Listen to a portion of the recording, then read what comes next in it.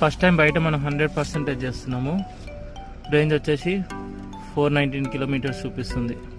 5 minutes స్లోగా అవుతుంది. ఇంకా ఫుల్ ఛార్జ్ అయిపోయింది.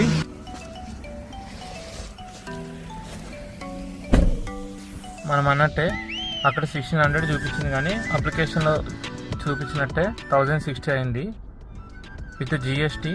సరే రేంజెస్ అనేది చూద్దాం. ఇది విత్ ఏసీ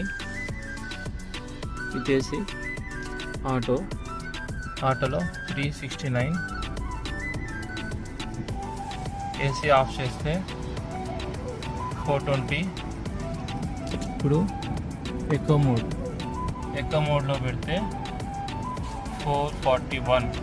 99% బ్యాటరీకి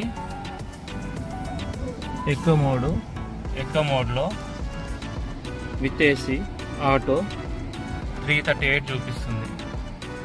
ఇప్పుడు సిటీ మోడ్లో 369 చూపిస్తుంది. అదే ఇప్పుడు ఏసీ ఆఫ్ చేస్తే 420. సిటీ మోడ్ నుంచి మళ్ళీ ఎక్కువలోకి వెళ్తే 441. స్పోర్ట్ మోడ్లో 399 వితౌట్ ఏసీ. బూస్ట్ మోడ్లో 378 వితౌట్ ఏసీ. ఇప్పుడు రీజనరేషన్ అప్లై చేస్తే రేంజ్ పెరుగుతుంది. ఇంకా ఇప్పుడు ఎకోలో పెడదాం. Eco 445 with AC 392. మనం ఇప్పుడు ఓడోమీటర్ని 0 చేసుకుందాం. Trip A range trip B వచ్చేసి మనం మళ్ళీ 0 చేసుకుందాం. Trip B 99% eco mode with AC. So మనం ఇప్పుడు హైదరాబాద్కి స్టార్ట్ అవుతాం కాసేపట్లో. చూద్దాం.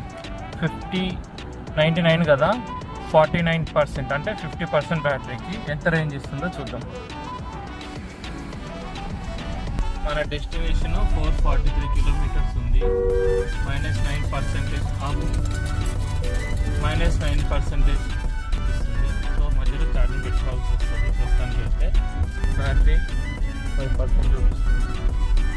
Destination early morning 255. Distance travel 436. Remaining battery percentage 8. Echo mode AC.